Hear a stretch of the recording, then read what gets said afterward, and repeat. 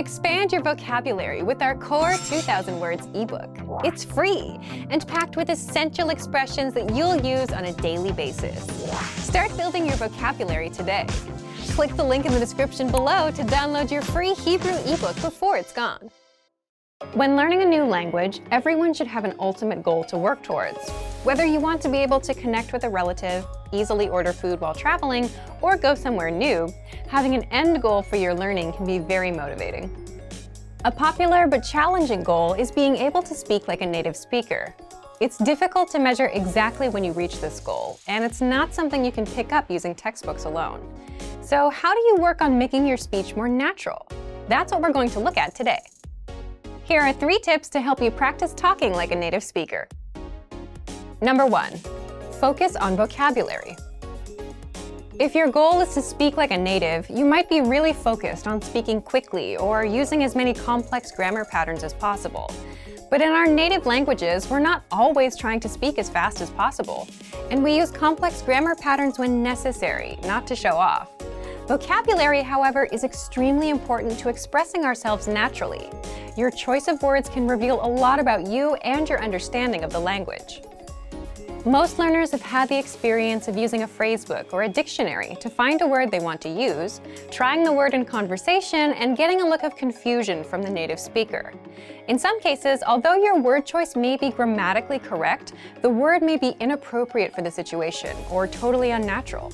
This is especially important in business and other formal situations, where the right level of formality and professionalism is key. Being able to understand nuances in vocabulary words can also help you understand relationships between people just by listening to the conversation.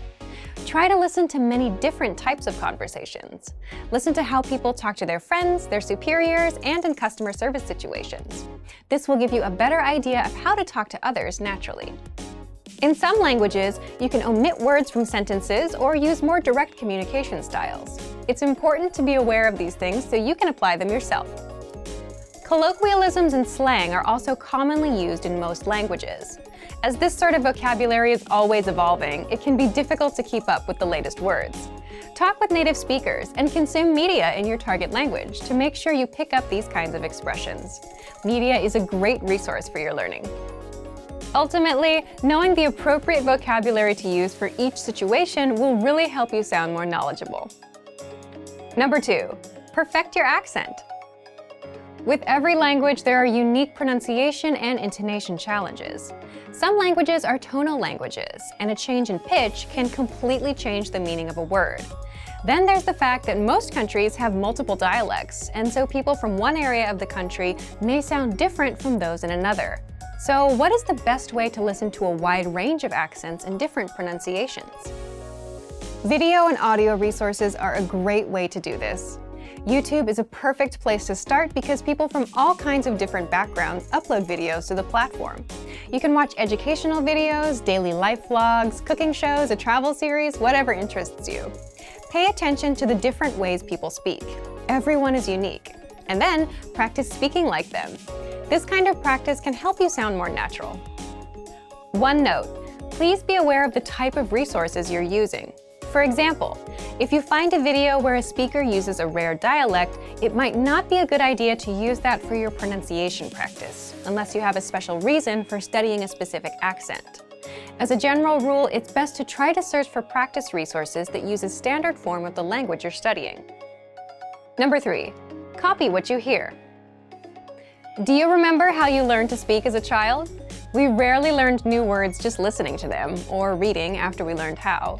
When we were little kids, we imitated the sounds we heard by repeating the sounds out loud. While you're talking to a friend, watching videos, or listening to audio in your target language, you can do this to try and replicate the way they speak. Doing this will help you work on mastering the flow of the language, your accent, intonation, and pronunciation. Of course, you might also pick up some new vocabulary this way. Make sure to repeat new words often. It's a great way to make sure you remember them. Try doing this using a number of different mediums and sources. That way, you'll be exposed to the diversity that the language offers and master the fundamentals of pronunciation. For example, You can watch and imitate several different YouTube videos and audio CDs, but try a few different sources, like different creators or different audio types, to make sure you experience a wide range of communication in your target language.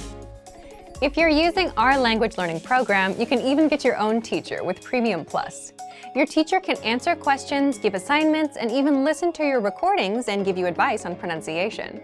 Completing these kinds of lessons with a native teacher can really boost your confidence in your speaking skills. Becoming able to speak like a native is a popular goal for many people learning a new language. It feels great to be able to communicate smoothly, especially when the people you're talking to expect basic level sentences or broken communication. Try using the tips we've shared in this video to work on improving your speaking skills.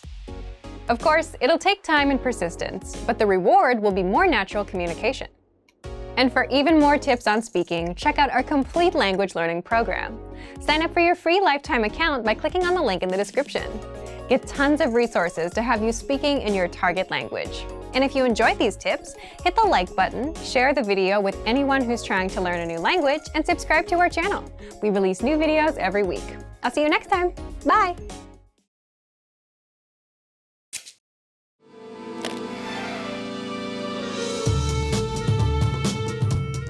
שלום, אני יערה. שבוע הספר העברי מצוין כל שנה במהלך חודש יוני. לאורך השבוע נערכים ירידי ספרים ביישובים רבים, ובהם מתקיימות פעילויות תרבות שונות המיועדות לכל הגילים. בואו להכיר את השבוע שבו הספרים הם הגיבורים. תוכלו לנחש כמה ספרים יוצאים לאור בישראל בכל שנה? את התשובה נגלה לכם בסוף הסרטון. פתגם יהודי אומר, מרבה ספרים, מרבה חוכמה. בתרבות העברית תופסים הספרים מקום של כבוד, בשל תפקידה הייחודי של המילה הכתובה במסורת היהודית, וגם בשל תפקידה המשמעותי של הספרות העברית בעיצוב החברה והתרבות העברית בארץ ישראל. את שבוע הספר העברי יזמה לראשונה ברכה פלי, מייסדת הוצאת הספרים מסדה, בשנת 1926. האירוע הראשון התקיים בשדרות רוטשילד בתל אביב ונמשך יום אחד. במשך אותו יום נמכרו ספרי קריאה בהנחות גדולות. האירועים האלה התקיימו לסירוגין עד שנת 1961, ומאז בכל קיץ נערך שבוע הספר העברי בכל רחבי הארץ בו זמנית. אירועי השבוע שנערכים בכל הארץ כוללים ירידי ספרים חדשים ומשומשים, פגישות עם סופרים, פעילויות מיוחדות בספריות הציבוריות, ופעילויות לילדים ולנוער כמו שעת סיפור, סדנאות כתיבה, הצגות רחוב ועוד. בשבוע הספר נערך גם טקס הענקת פרס ספיר, הפרס הספרותי בעל הערך הכספי הגבוה ביותר המוענק בישראל.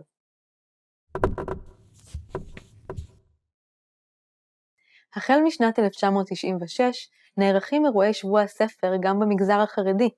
ירידי הספרים נערכים ביישובים חרדיים, ונמכרים בהם ספרים תורניים בלבד. ועכשיו אגלה לכם את התשובה לחידה מתחילת הסרטון. תוכלו לנחש כמה ספרים יוצאים לאור בישראל בכל שנה? בכל שנה יוצאים לאור בישראל 4,200 ספרים חדשים.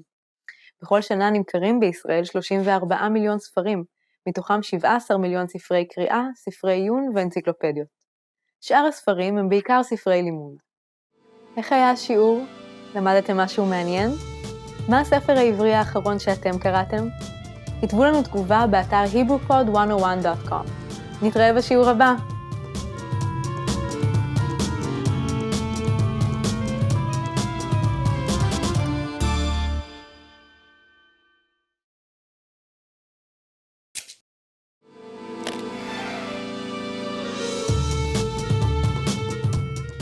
שלום, אני יערה. חג הסיגד הוא חגה של קהילת ביתא ישראל, יהודים יוצאי אתיופיה. שם החג, סיגד, נגזר מהמילה סגידה. החג הוא יום של צום, טהרה והתחדשות, והוא חל בתאריך העברי כ"ט בחשוון, 50 יום לאחר יום הכיפורים. בחג הסיגד חוגגת קהילת ביתא ישראל את חידוש הברית בין העם לבין אלוהים. במקור, תפילות חג הסיגד נערכו על הר גבוה. תוכלו לנחש למה? את התשובה נגלה לכם בסוף הסרטון. מהותו של הסיגד היא חידוש הברית בין אלוהים, התורה והעם היהודי. באתיופיה הייתה הקהילה עורכת חשבון נפש ציבורי כדי להיות ראויה לעלות לירושלים. ההכנות לחג כללו צום והיטהרות, ובחג עצמו היו בני הקהילה עולים להר גבוה וקוראים בתורה. הירידה מההר נעשתה בתהלוכה חגיגית שאותה הובילו הקסים, כהני הקהילה. בסיום החג היו עורכים סעודה חגיגית, שרים, רוקדים ומחליפים מתנות. בשנת 2008 אישרה כנסת ישראל את הצעת חוק חג הסיגד. החוק קובע כי הסיגד הוא כבר לא חג של הקהילה האתיופית בלבד, אלא של מדינת ישראל כולה. הוא מצוין בלוח השנה הרשמי, בתי הספר מלמדים את מקורו ואת מנהגיו, ובכל שנה נערך טקס ממלכתי לציון החג. כיום מצוין החג בישראל באירוע תפילה מרכזי שנערך בטיילת ירושלים בהשתתפות אלפים. במרכז האירוע נמצאים הקסים, שעומדים על במה מורבעת וקוראים תפילות לפני המשתתפים. בערב נערכת בירושלים חגיגה ממלכתית שבה משתתפים שרים ונציגי ציבור, ומופיעים בה שחקנים, זמרים וספורטאים בני העדה. בערים נוספות בארץ חוגגים את התרבות האתיופית בהופעות מוזיקה ובתערוכות של אומנים בני העדה.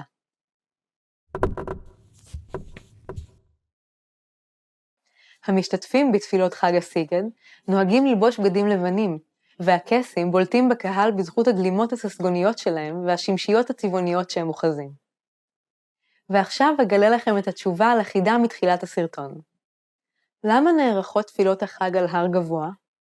מקורו של חג הסיגד הוא מעמד הר סיני שמתואר בתורה, שבו נכרתה הברית בין בני ישראל לבין אלוהים.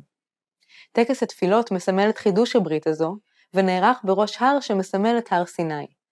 בטקס קוראים הקסים את הפרקים המתארים את מעמד הר סיני. איך היה השיעור? למדתם משהו מעניין? איזו ברית חשובה לכם במיוחד? כתבו לנו תגובה באתר hebrewpod101.com. נתראה בשיעור הבא.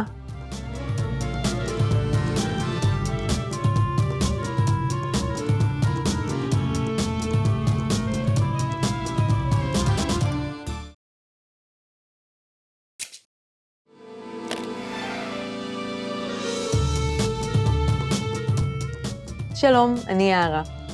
בשנת 2003 הוכרזה העיר הלבנה בתל אביב כאתר מורשת עולמית. מאז, בכל שנה בחודש יוני חוגגת העיר את פסטיבל לילה לבן, במסיבות ואירועי תרבות שנמשכים עד אור הבוקר. בואו לשמוע על לילה שכולו חגיגה תל אביבית של צבע, מוזיקה ותנועה. תוכלו לזהות את משחק המילים המופיע בשם הפסטיבל? את התשובה נגלה לכם בסוף הסרטון. העיר הלבנה הוא הכינוי שניתן לאזוריה הישנים של העיר תל אביב, שהמבנים שבהם משויכים לסגנון אדריכלי שנקרא הסגנון הבינלאומי. אזור זה הוא מרקם עירוני, היסטורי וייחודי של תל אביב-יפו, ורוב המבנים בו הוקמו במהלך שנות ה-30 וה-40. ביולי 2003 הכריז אונסקו, ארגון האו"ם לחינוך, מדע ותרבות, על העיר הלבנה כאתר מורשת תרבות עולמית. הכרזה זו הייתה הכרה עולמית באיכויות האדריכליות המיוחדות של תל אביב. את החלטת אונסקו חוגגת תל אביב פעם בשנה בלילה שכולו תרבות. בערב נדלקת תאורה מיוחדת שמאירה את 50 בנייני העיר הלבנה, ואירועי הפסטיבל נפתחים. סיורים רגליים ואוטובוסים פתוחים מסתובבים ברחבי העיר, מאות מועדונים, חנויות, שווקים, מוזיאונים ומוסדות תרבות נפתחים ללא תשלום לאורך כל הלילה, מסעדות מפורסמות מציעות ארוחות ליליות בתעריף מיוחד, ובאוניברסיטת תל אביב מוקרנים סרטי סטודנטים. בלילה הלבן האומנות יוצאת לרחוב. בכיכרות, ברחובות, בפארקים ובחופי הים מתקיימים מופעי מוזיקה, מחול ותיאטרון, מוקרנים סרטים ומוצגות תערוכות אומנות. בין האירועים המיוחדים שנערכים תחת כיפת השמיים, תוכלו למצוא מסיבת ריקודים סלוניים, שירה בציבור, תרגול יוגה בחוף הים בשעת הזריחה, ומרוץ לילי ברחובות העיר.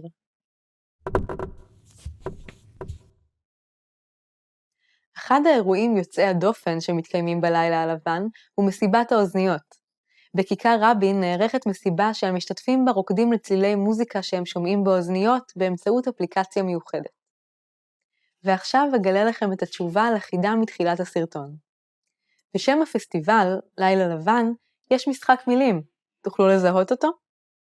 הפסטיבל נקרא לילה לבן כי הוא חוגג את תל אביב, העיר הלבנה, אבל יש סיבה נוספת. בעברית, המושג לילה לבן מתאר לילה ללא שינה.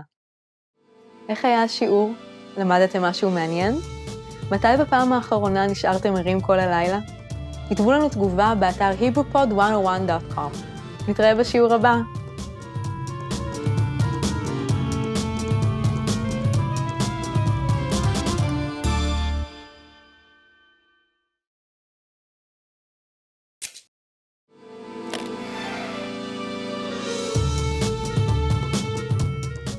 שלום, אני יערה.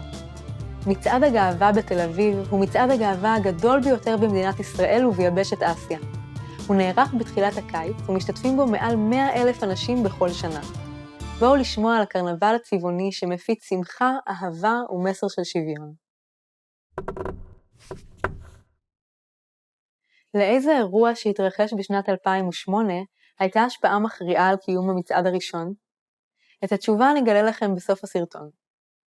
בישראל מתקיימים מדי שנה מצעדי גאווה בכל הערים הגדולות, אך המצעד הגדול ביותר נערך בעיר תל אביב, שהפכה כבר מזמן לבירת הקהילה הגאה בישראל.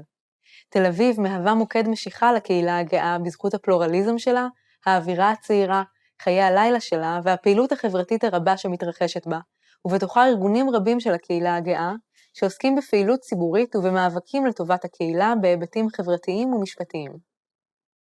ב-1998 התקיים בתל אביב מצעד הגאווה הראשון, ומאז הוא הפך לסמל תרבותי של העיר. המצעד מסמל את הרוח הפלורליסטית של העיר, ומושך אליו מאות אלפי חוגגים מישראל כולה וממדינות אחרות. המצעד חוגג את היופי של המגוון האנושי, אבל משמש גם במה להפגנת מחאה נגד הדיכוי והאלימות שמופעלים כלפי לסביות, הומואים, ביסקסואלים, טרנסג'נדרים ובעלי זהויות מיניות או מגדריות שאינן הטרוסקסואליות. כיום מתקיים המצעד כל שנה באופן קבוע, כחלק מאירועי שבוע הגאווה של תל אביב. במצעד משתתפים מעל 100,000 בני אדם. עשרות אלפים מהם תיירים שהגיעו לישראל במיוחד. המצעד נפתח בנאומים המתקיימים ברחבת המרכז לקהילה הגאה. לאחר מכן צועדים החוגגים לכיוון חוף הים של תל אביב, שם מסתיים המצעד במסיבה שכוללת הופעות של אומנים מובילים, הענקת פרס הסובלנות השנתי ובמות בידור לילדים.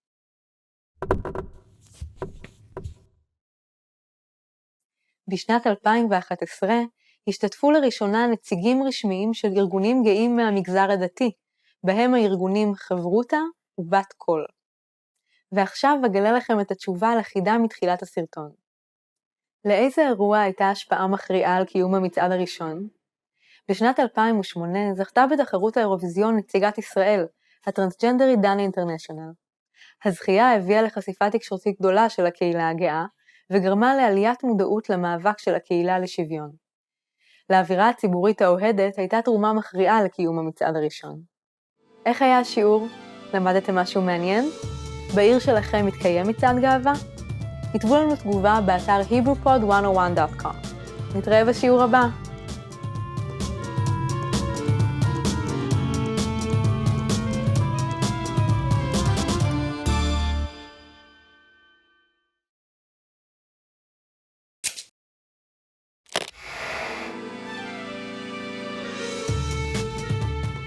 שלום, אני יערה.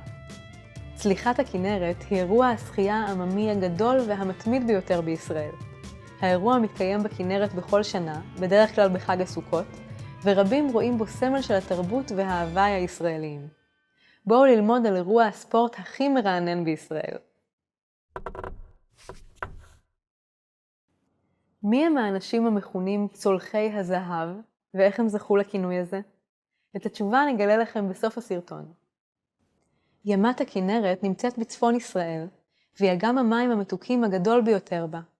יופייה של הכנרת ושל הנוף שסביבה היווה השראה לאומנים רבים לאורך הדורות, ושירים רבים נכתבו עליה. הכנרת היא אתר נופש פופולרי עבור משפחות, זוגות וקבוצות חברים, שבאים ליהנות מהמים הצלולים והחופים היפים שלה. בשנת 1943 התקיימה לראשונה צליחה תחרותית של הכנרת, ואחריה החלו להתקיים תחרויות שבהן השתתפו שחייני בריכות מקצועיים מישראל ומהעולם.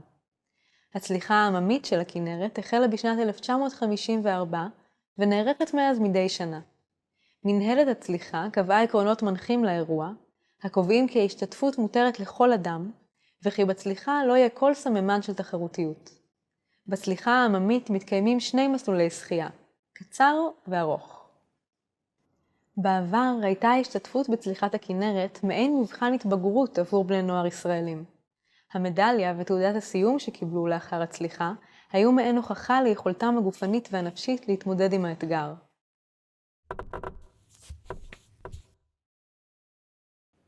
בשנים האחרונות מתקיימת צליחה עממית נוספת, קטנה יותר, לנשים בלבד.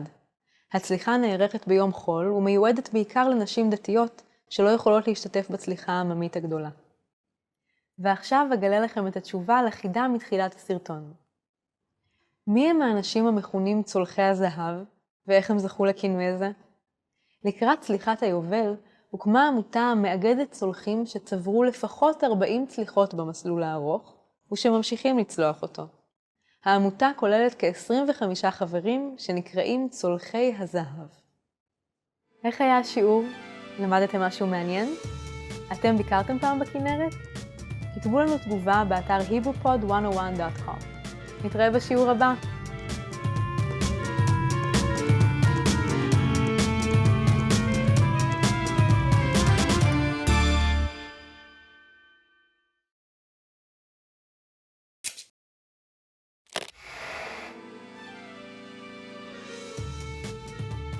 שלום, אני יערה. פסטיבל המחול של כרמיאל נערך בכל שנה בקיץ במשך 3 ימים, ומארח אלפי רקדנים מישראל ומהעולם. במהלך הפסטיבל גודשים את כרמיאל כ250,000 רוקדים ומבקרים. בואו לשמוע על הפסטיבל הגדול ביותר בישראל. בפסטיבל משתתפות להקות ממדינות שונות וסגנונות שונים. תוכלו למנות כמה מהם? את התשובה נגלה לכם בסוף הסרטון. העיר כרמיאל נמצאת בצפון ישראל, והיא העיר הגדולה ביותר באזור הגליל המרכזי. בכל שנה מארחת העיר פסטיבל מחול שנמשך 3 ימים. זהו הפסטיבל היחיד בישראל המיועד ללהקות מחול חובבות ולהרקדות, ונותן מקום מיוחד לפולקלור הישראלי. עם זאת, מופיעים בו גם רקדנים מקצועיים מכל העולם. הפסטיבל נוסד בשנת 1988, וכיום הוא מציג בכל שנה כ100 מופעים ואירועים, בהשתתפות כ10,000 רקדנים מכל רחבי העולם. מפאת גודלו, פסטיבל המחולות מתקיים בכמה מוקדים שונים במקביל, בבמת האמפיתיאטרון, באצטדיון, בפארק, בהיכל הספורט ובהיכל התרבות. רבים מהמופעים מוקדשים להוקרה למלחינים חשובים בתרבות הישראלית, ביניהם סשה ארגוב, נעמי שמר ואביהו מדינה. מלבד הופעות המחול, מתקיימות פעילויות רבות הפתוחות לקהל, ביניהן הרקדות המוניות והשתלמות למרקידים. בפסטיבל מתקיימות גם 2 תחרויות, תחרות הכוריאוגרפיה המרכזית, שבה משתתפות להקות מחול פולקלוריסטי, ותחרות לבחירת הריקוד המוצלח ביותר, שבה מתמודדים ריקודים שחוברו למטרת הרקדות ציבוריות.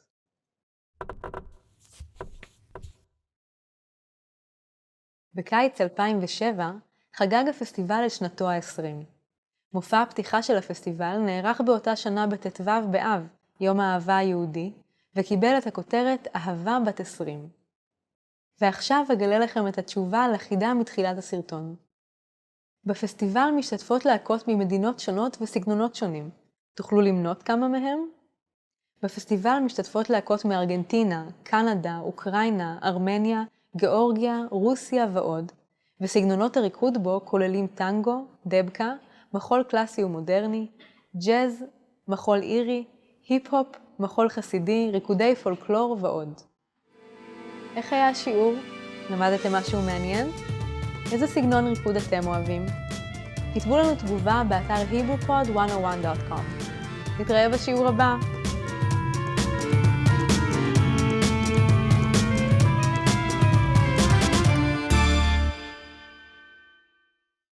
Want to transform your driving time into language learning time?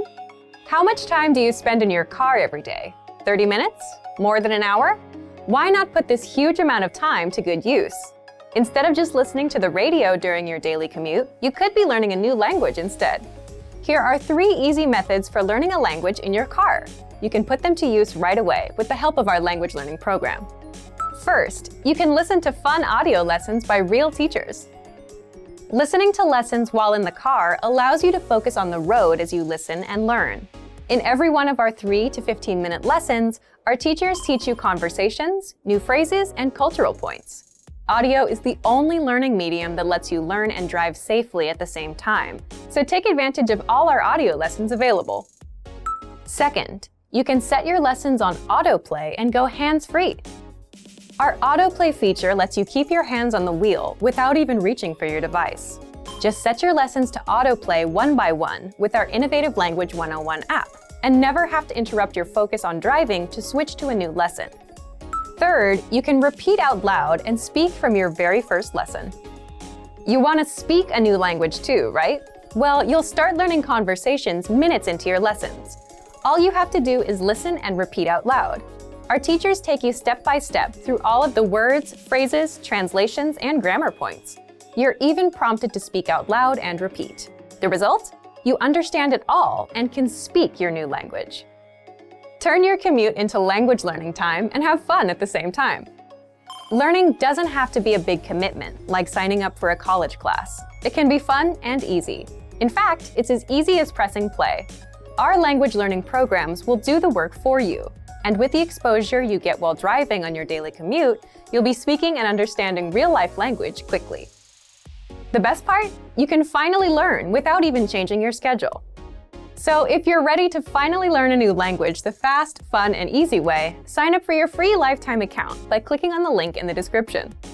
Signing up takes less than 30 seconds, and you'll start speaking from your very first lesson. If you enjoyed these tips, hit the like button, share the video with anyone who's trying to learn a new language, and subscribe to our channel. We release new videos every week. I'll see you next time. Bye!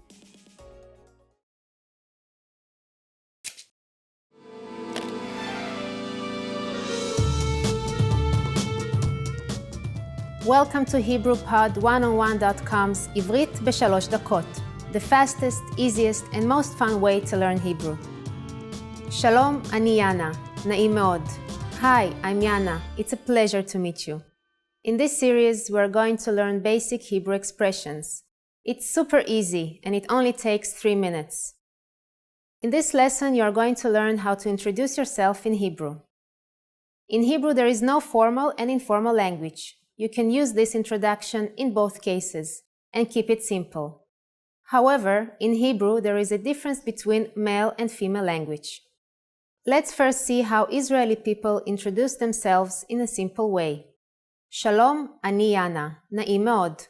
Hi, I'm Yana. It's a pleasure. Shalom, אני Yana. נעים מאוד. Start by saying Shalom, אני, then saying your name. Shalom, אני Yana.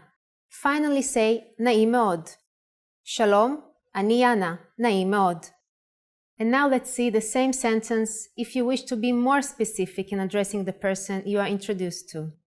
If you're introducing yourself to a woman, you should say Shalom, אני Yana. נעים מאוד להכיר אותך. Hi, I'm Yana. It's a pleasure to meet you. Shalom, אני Yana. נעים מאוד להכיר אותך. If you are talking to a man, you should say Shalom, אני Yana. נעים מאוד להכיר אותך. Hi, I'm Yana. It's a pleasure to meet you. שלום, אני Yana. נעים מאוד להכיר אותך. So, what has changed from the previous introduction? Let's take a close look at this together. The last part of the introduction has been changed based on the gender of the person you are talking to. שלום, אני Yana. נעים מאוד להכיר אותך. For a woman, versus Shalom, אני Yana. נעים מאוד להכיר אותך. For a man. אני, in this case, has not been changed, and in both cases stands for I am, regardless of your gender. The last sounds of the last word changes, however. אותך, if you are talking to a woman, and אותך, if you are speaking to a man. One more time. The simple way to introduce yourself in Hebrew is Shalom, אני Yana. נעים מאוד.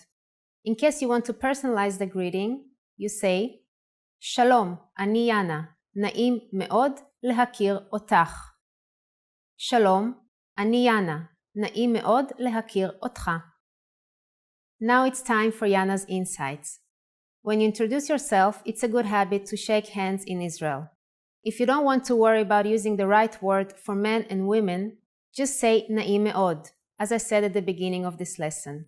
There is no cultural importance if you add the last part to the introduction. It just makes the sentence more complete. Do you know how to say thank you in Hebrew? You will learn how to say this and many other words in the next lesson. עד הפעם הבאה. Till next time.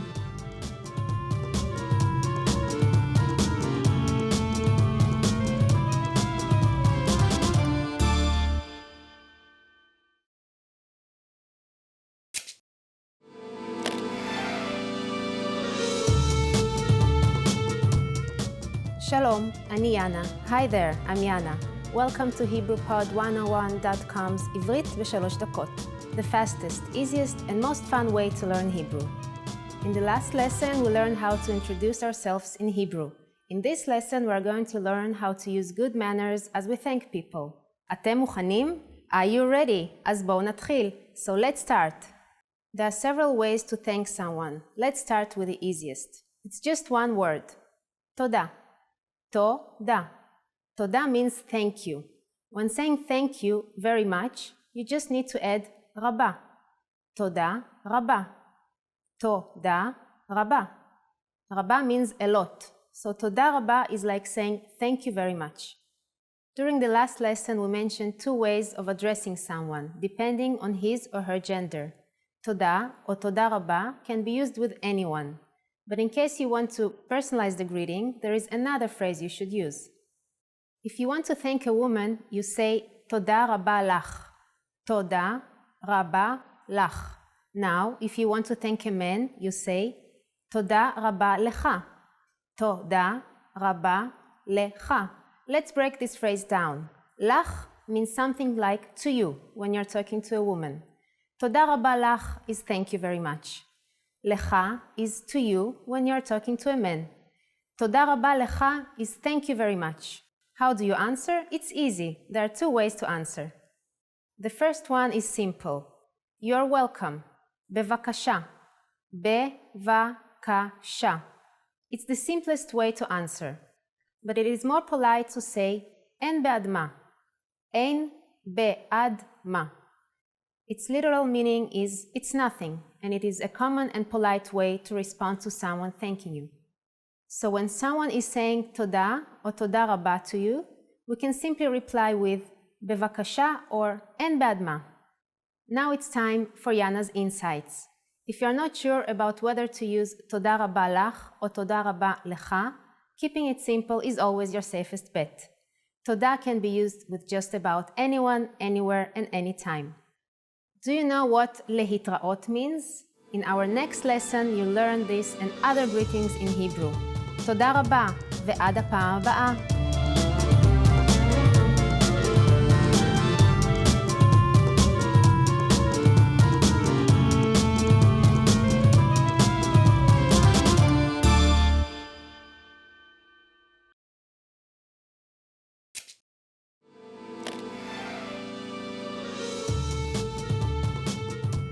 Shalom, ani Yana. Hi everybody, I'm Yana. Welcome to HebrewPod101.com's עברית בשלוש דקות, the fastest, easiest, and most fun way to learn Hebrew.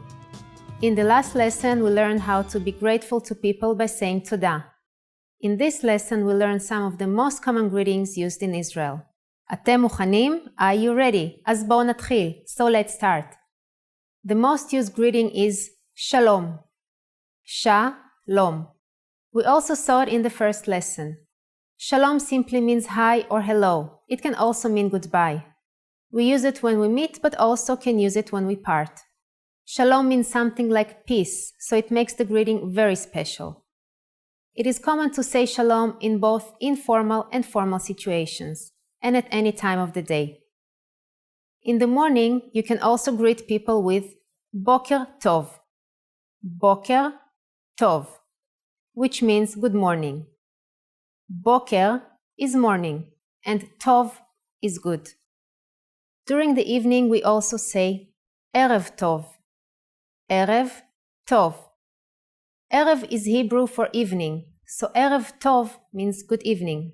Boker Tov and Erev Tov are used when we meet someone, but when we leave, we don't say them again. Another way to say goodbye in Hebrew is להתראות. להתראות. It is actually more common to use להתראות than shalom when leaving. But most people in Israel just say bye. Bye! Now you can greet people in many different ways in Hebrew. Let's review them all again. When meeting people in formal and informal situations, shalom.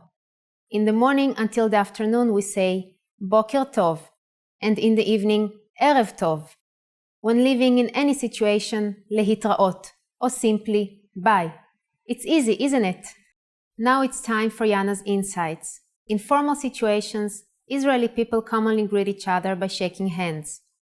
On the other hand, if we meet someone we are very friendly with, we kiss each other on one cheek. Don't be afraid to do it with your Israeli friends. It's normal. During the next lesson, we'll learn the meaning of the phrase "אתה מדבר אנגלית" or "את מדברת אנגלית." Do you already know it? We'll be waiting to talk about it with you in our next עברית בשלוש דקות lesson. להתראות. ביי!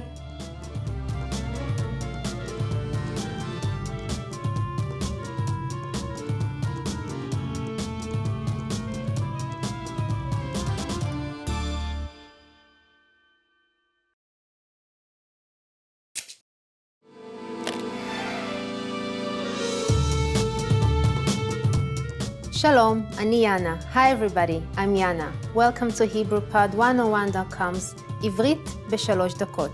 The fastest, easiest, and most fun way to learn Hebrew. In the last lesson, we learned the phrase סליחה. את מדברת אנגלית, or סליחה. אתה מדבר אנגלית. Excuse me, do you speak English? We mentioned the word סליחה, which means excuse me in Hebrew. In this lesson, we are going to learn how to use slicha and other words when apologizing in Hebrew. Slicha is a very common word and can be used in many situations. We can use slicha in both formal and informal occasions, such as when we are ordering something in bars or restaurants. For example, סליחה, קפה אחד בבקשה. Excuse me, one coffee please. סליחה, קפה אחד, בבקשה. Do you remember what בבקשה means? We can also use it when asking a question.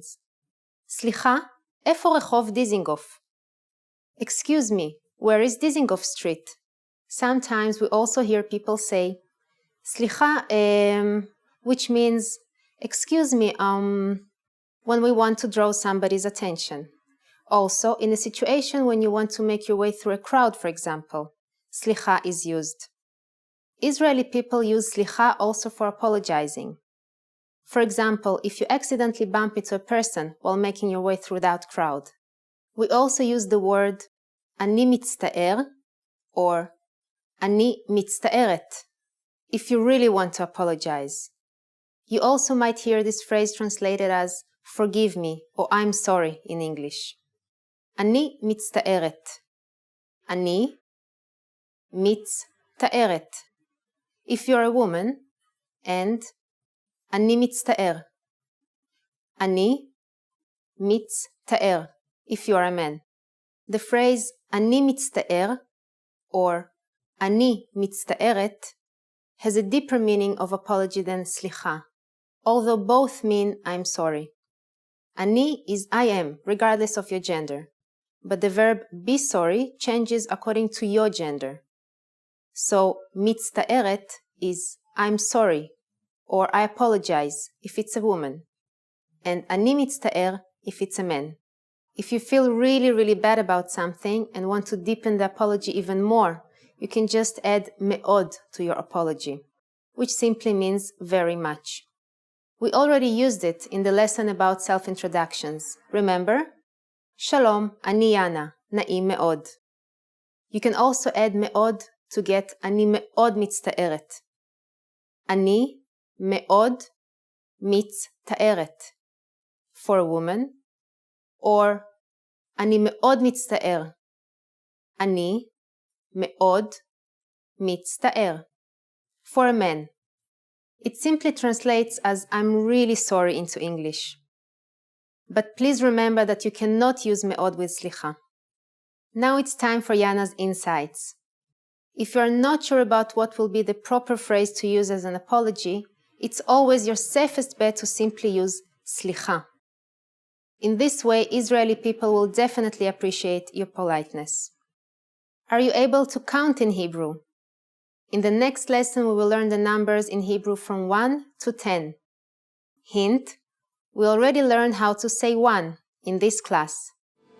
I'll be waiting for you in our next עברית בשלוש דקות lesson. להתראות ועד הפעם הבאה.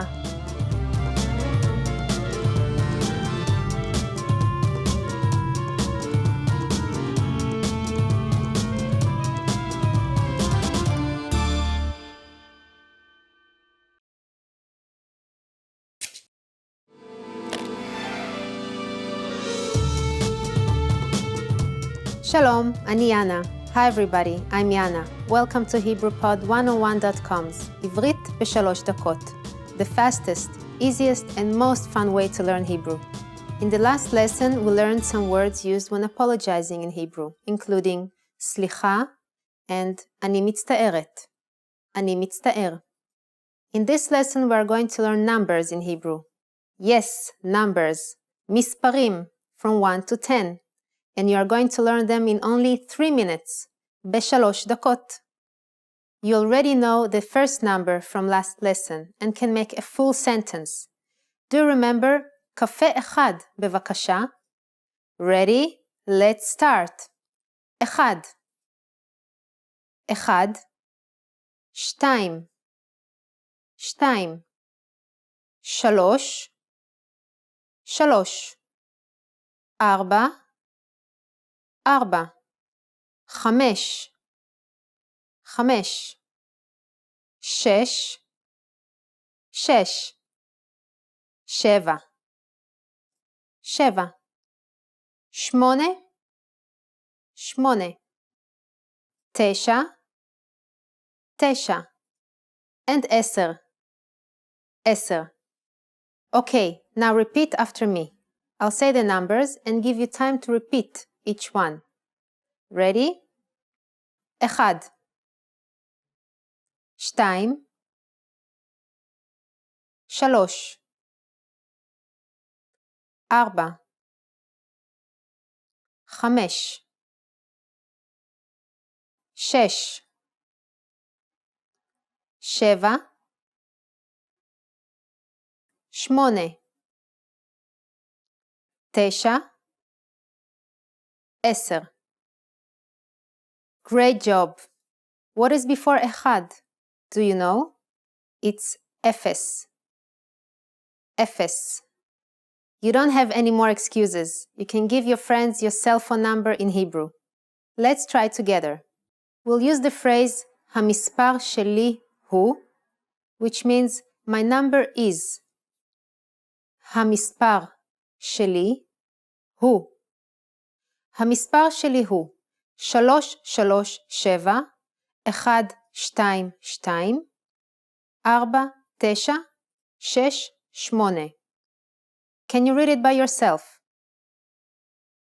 3 3 7 1 2 2 4 9 6 8.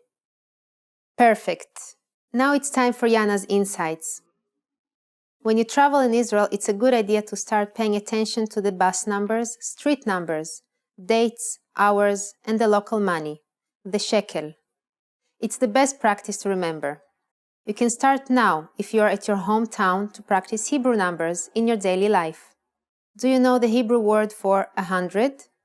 In the next lesson, we are going to learn the numbers from 11 to 100 in Hebrew. Your task now is to practice the numbers we studied in this lesson, from 1 till 10. להתראות ועד הפעם הבאה. ביי!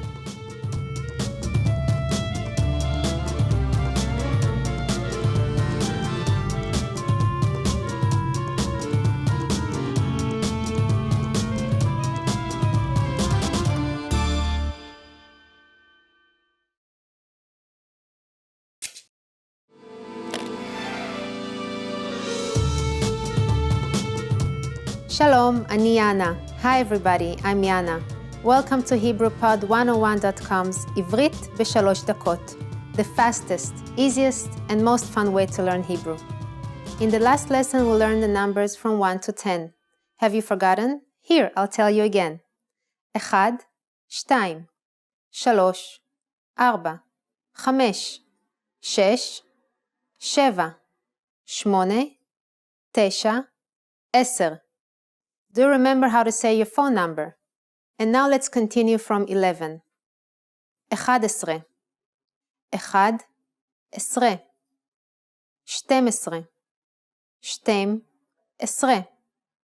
12 13 13 14 14 15 15 16 16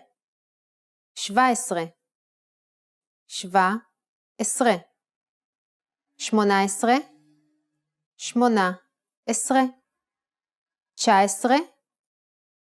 19 19 and finally we have 20 20. Okay, now repeat after me. I'll say the numbers and give you time to repeat each one. 11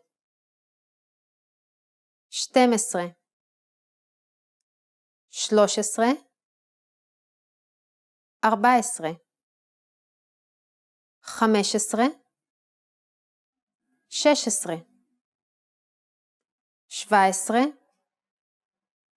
17 18 19 20. These numbers may seem harder to remember, but you really just have to memorize slight changes in pronunciation of 1 to 10 and just add esre after numbers starting from 10. Let's not stop at 20. Counting from 11 to 100 is super easy. Now I'll give you the tens. 30 30 40 40 50 50 60 60 70 70 80 80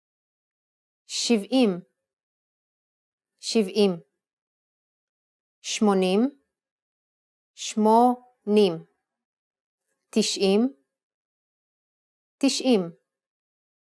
90 100 100. While you have to memorize a few of these numbers, there are a couple of tricks that will make memorizing them incredibly easy. All the tens are basically the numbers 1 to 10 with slight changes, but always end up with im. For example, 3 is 3 and 30 is 30. 3 30. Let's take another example. Do you remember what 5 is? 5. So to make it 50, you change it to 50. 5 50. And 8 will make 80. 8 80. The last thing to learn today is how to form compound numbers above 20. This is also super easy. Take the tens and simply add the numbers you learned in the previous lesson. But don't forget to add ve when you're making compound numbers over 20. Ve means and. So basically, if you count 22, you say 22, meaning 20 and 2. It is very important, so don't forget that. Let's try it out. How would you say 56 in Hebrew? Let's take it step by step. 50 is 50. And then add the tiny ve and 6.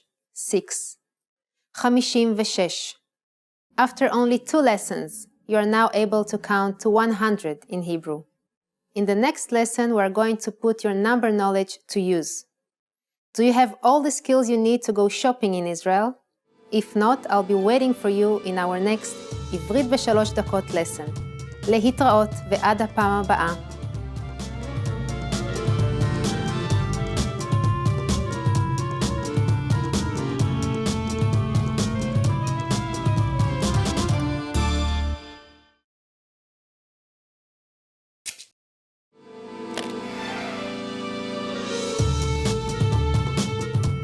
Shalom, אני יאנה. Hi everybody, I'm Yana. Welcome to HebrewPod101.com's עברית ב3 דקות, the fastest, easiest, and most fun way to learn Hebrew. In the last lesson, we learned how to count in Hebrew. I hope you spent some time practicing the numbers, because they will come in handy today. We're going to learn how to go shopping in Israel. Before we go, you need to know how to say how much is it. כמה זה עולה? כמה זה עולה? Kama is how much. Ze is this for an object. And ole is costs. Are you ready to go shopping? Let's go! You see something you like and want to ask the shop clerk how much it costs. The first thing to say to a shop clerk is, Slicha. Do you remember what that means? Excuse me. Slicha, kama ze ole? Slicha, kama ze ole? You don't even need to know the name of each thing you are interested in. You can just use ze, which means this. So it's super easy. Usually the clerk will answer by only saying the amount it costs. For example, 89 shekel, 30 shekel, 100 shekel, etc. What number is 89? I'm not telling you. Okay, it's 89. 89 shekel. It costs 89 shekel. Now it's time for Yana's insights. A quicker way to ask how much is kama ze, which literally means how much. Even when you ask for a coffee at the counter, you can ask the cashier. קפה אחד בבקשה, כמה זה? One coffee please. How much is it? קפה אחד בבקשה. כמה זה? At this point, can you count shekel in Hebrew? We are going to learn how to do this and much more in the next lesson. I'll be waiting for you in our next עברית בשלוש דקות lesson. להתראות.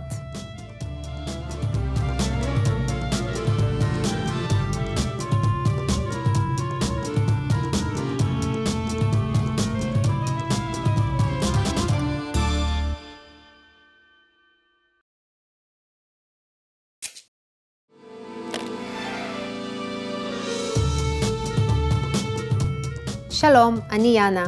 Hi everybody, I'm Yana. Welcome to HebrewPod101.com's עברית בשלוש דקות. The fastest, easiest, and most fun way to learn Hebrew.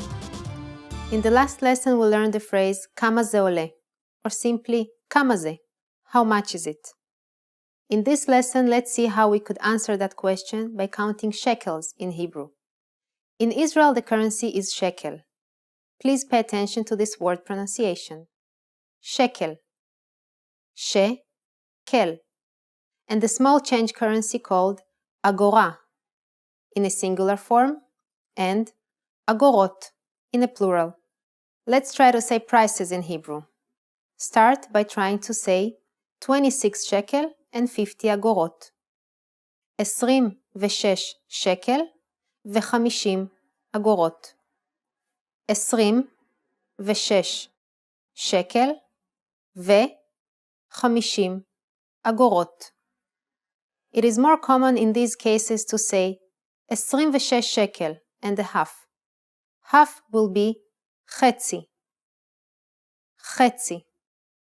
Just add ו before חצי and you get 26 שקל וחצי. Isn't it easy? First we say the number of shekels, then shekel, then ve, which means and, the number of agorot, and finally agorot. Let's try another example.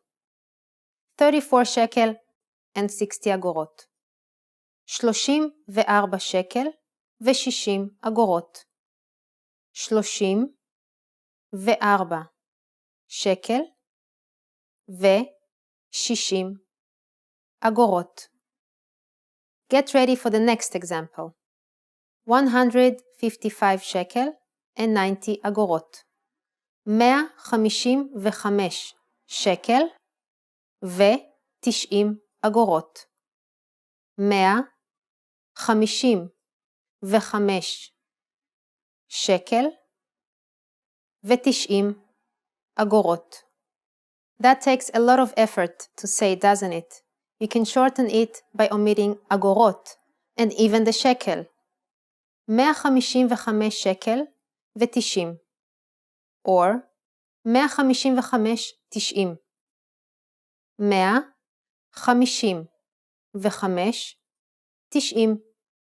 The shortest version is the most common when you're shopping, so don't hesitate to use only numbers when counting your Israeli money. Remember, the smallest coin in Israel is 5 agorot. So you will never see prices like 53 agorot or 38 agorot. Now it's time for Yana's insights. In some places in Israel, especially street shops, markets, or even taxis sometimes, it is common to bargain on the price. It is also a good practice for counting your shekels. For example, if you are buying 2 items, each one is for 30 shekel, you can bargain to get the price down to 50 shekel for both of them. Don't hesitate to bargain. It shows you are familiar with the local culture. You should ask your friends in Israel if they want to go shopping with you to practice these phrases. But first, you'll have to check if they have other plans or not. Do you know how to ask that in Hebrew? If not, I'll see you in the next lesson of עברית ב3 דקות. להתראות ועד הפעם הבאה.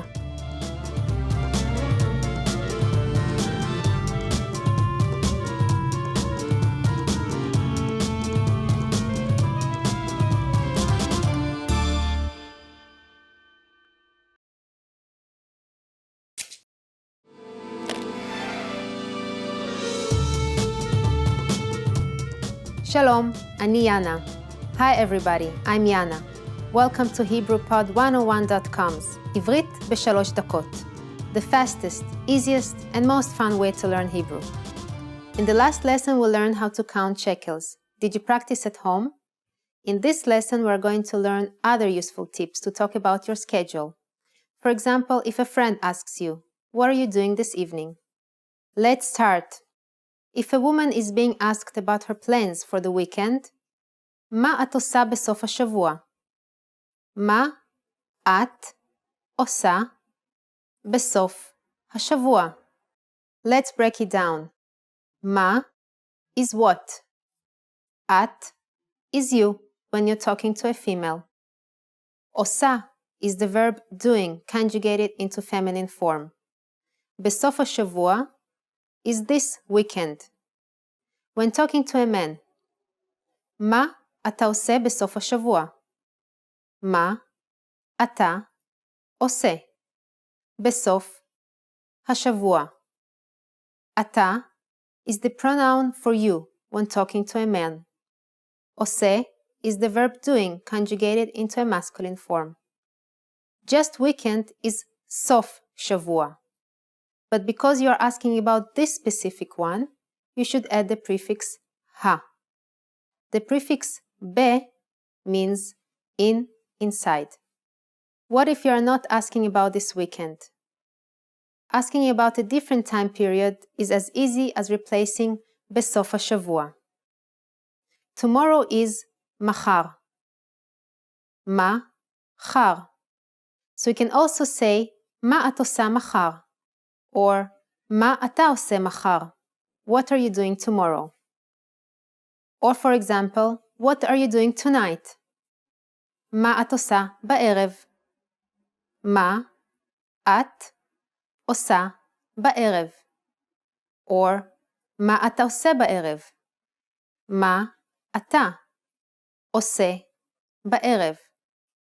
ערב is evening. בערב is in this specific evening.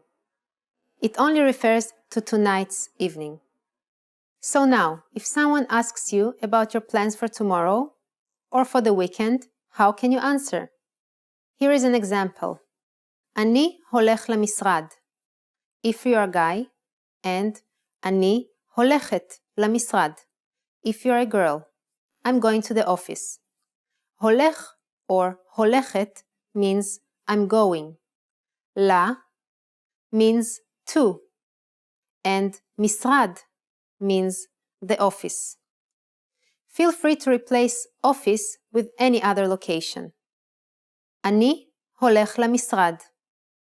אני הולכת למשרד. Now it's time for Yana's insights.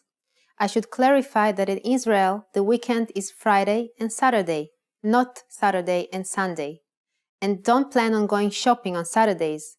All businesses, including transportation in Israel, are closed. In this lesson, we'll learn how to talk about your schedule. Next time, we're going to learn how to tell people your nationality. I'll be waiting for you in the next עברית ב3 דקות lesson. להתראות. ביי!